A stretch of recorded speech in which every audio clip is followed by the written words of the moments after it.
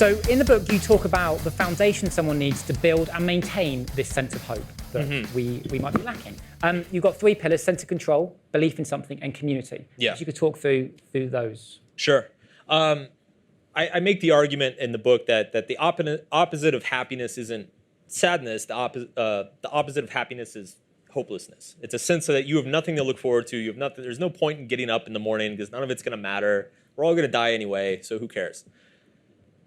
When you're stuck in that place, there are a few things that will put you in that place. One of them is if you feel like you don't have a control over your life. If you feel like you're not in control of your destiny, then it removes that sense of hope. It removes that sense of meaning in anything you do.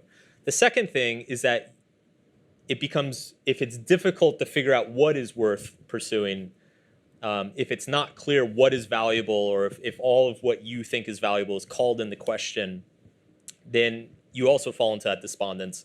You don't know why it's worth getting up, why it's worth doing anything. And then the third one is we need, as humans, we're social creatures. We evolved in communities. We need to surround ourselves with like-minded people who have the same values as we do, who support our efforts, and we get to support theirs. And if we don't have that sense of community, if we feel isolated in our values or what we desire, again, those desires and values start to feel meaningless. And so in the book, I talk about how all 3 of these things are kind of challenged or threatened in the 21st century world. You know, it's hard because we're distracted all the time and bombarded with so much stuff. It feels more difficult. It's that sense of self-control is more difficult to maintain because we're exposed to so much contradicting information, so many different groups saying different things. It's harder to know what to value.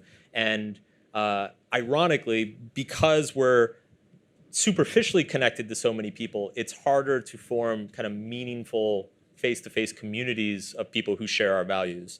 And so all of these things are impediments, I think, today.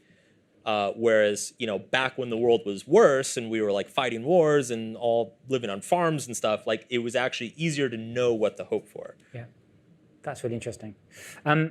So you talk about the pursuit of happiness being a toxic value. I'm quoting from the book, living well does not mean avoiding suffering. It means suffering for the right reason. Yeah. How would you go about helping someone understand what the right reason is? What would the thought process they would have to go through to sort of go, this is what I believe in? It's hard because that has to be a personal process. Like, this is why, you know, I hit a point in my career where it was clear, like I could kind of branch off and do the whole Tony Robbins thing and like dance on stage and, sure, you know, and I thought about that, like that was a path that was open to me, and I didn't take it because I feel very strongly that these questions of values, like what makes each individual person's life worth living, like not only is that an individual answer, but the process in which you arrive at that answer, it has to be done yourself. You know, like I could easily stand up here and say like, well, you should care about this, and you should care about this, and you should care about this. And the fact that I'm the one who gave you that answer robs you of the significance of that answer. And so what I try to do in my work is simply present questions that point people towards their own process, their own answer. And so I try to challenge what they currently value. I try to ask, you know, what is the yardstick by which you're measuring your own life, and is that a good yard? What are the associated problems with that yardstick? And then the idea is that through their own personality and their own experience and their own relationships, that they can kind of figure it out for themselves, because that's just way too much responsibility.